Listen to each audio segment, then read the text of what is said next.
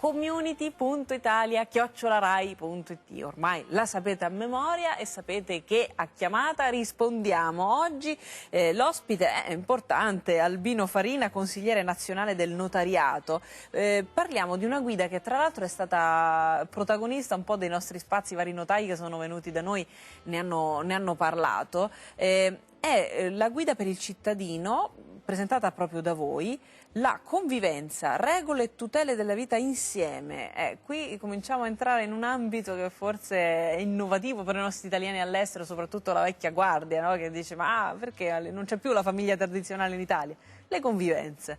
Le convivenze, sì, è vero, l'abbiamo presentata di recente, il 7 di marzo a Milano, ed è la 10ª guida per il cittadino che viene confezionata in collaborazione fra il Consiglio nazionale del notariato ed 11 tra le maggiori associazioni dei consumatori in Italia. È uno strumento che nasce da un riscontro di un fenomeno, quello delle convivenze, che sta diventando socialmente sempre più rilevante anche sotto il profilo numerico. Lei immagini che nel giro di 4 anni, dal 2007 al 2011, gli ultimi dati Istat sono in questo senso, abbiamo un raddoppio del numero delle coppie di fatto che sfiora addirittura 1 milione. Quindi certo, anche per i nostri connazionali all'estero, la struttura, chiamiamola così, familiare o quantomeno un progetto di vita insieme cambia nel tempo. Perché la guida? Perché di fronte ad un fenomeno socialmente rilevante registriamo in Italia ancora un vuoto normativo pressoché assoluto e dunque al fine di poter regolamentare beni ed interessi comuni durante la convivenza, ma soprattutto anche in funzione di un eventuale momento patologico di cessazione della convivenza,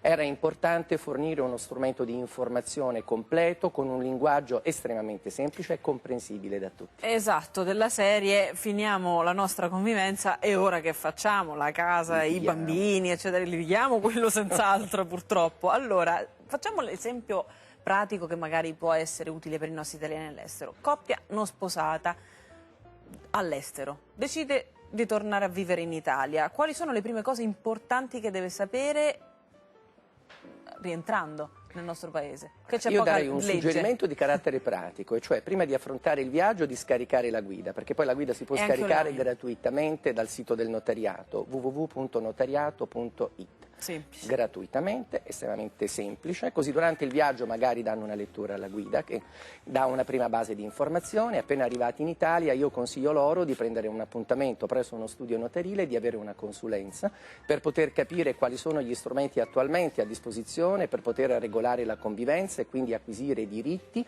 e anche assumere appunto dei doveri che fanno parte di un progetto di vita insieme. Vorrei sottolineare che le convivenze delle quali ci si interessa sono convivenze che hanno un progetto di durata, cioè sono importanti le durate dei rapporti. Si deve trattare di un rapporto stabile, caratterizzato da solidarietà reciproca, nel caso che nascano dei figli, dal desiderio di istruirli, di educarli. Non è la coabitazione che fa la convivenza. Non è la coabitazione che fa convivenza, è molto importante perché anche sentenze che sono intervenute di recente, come le ho detto c'è un pressoché assoluto vuoto normativo, sottolineano l'importanza della stabilità del rapporto perché i diritti possano essere riconosciuti ai conviventi. A proposito di diritti, quali diritti?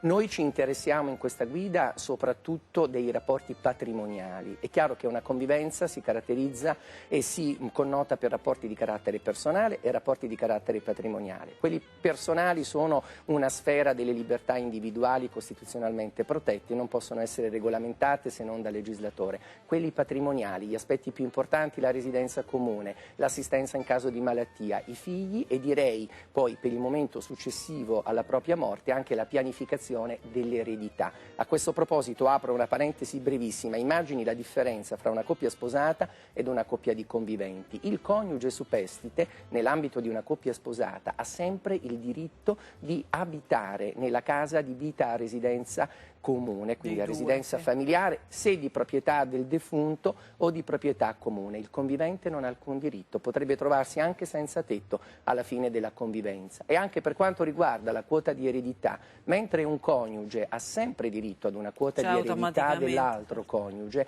anche se non è previsto nel testamento ed anche contro la volontà del testatore, per un convivente non vi è alcun diritto se ciò non viene espressamente regolamentato dai due conviventi. Ecco l'importanza di illustrare con una guida gli strumenti a disposizione attualmente. Noi ringraziamo Albino Farina anche perché questi sono temi anche di forte attualità, anche politica nel nostro paese, per cui capite poi, no, l'effetto pratico di quello che si parla poi nei TG, nei giornali, e magari ci si accapiglia anche in Parlamento. Grazie mille per essere stato con noi.